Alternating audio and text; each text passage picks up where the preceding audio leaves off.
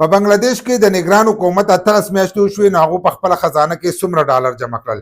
دلته کې زموږ په حکومت کې چې دی د خلکو کلونه وشي خو روپۍ چې دی دا جمع نه کوي. چې کله د هغه حکومت ختم شي او بل حکومت راشي نو هغه په خزانه کې روپۍ نشته.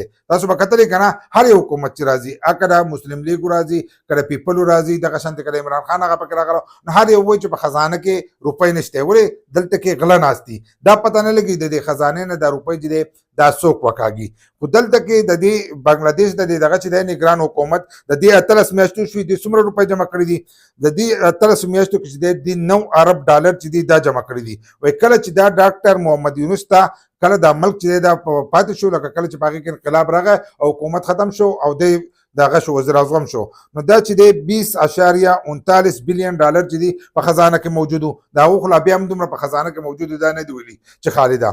خو یوه چې دی پرېږدي نو به 29.85 بلین ډالر چې دی د هغو په ملک کې اضافه راغلی ده لکه په خزانه کې چې دی د ډالرو اضافه راغلی ده. نو تاسو را سره خپل رایه شریک کړئ چې زموږ د ملک دا خزانه چې ده دا څوک لوټ کوي چې هره پیره یو حکومت راځي او هغه وایي چې په خزانه کې روپۍ نشته. نو خپل رایه لازم را سره شریک کړئ.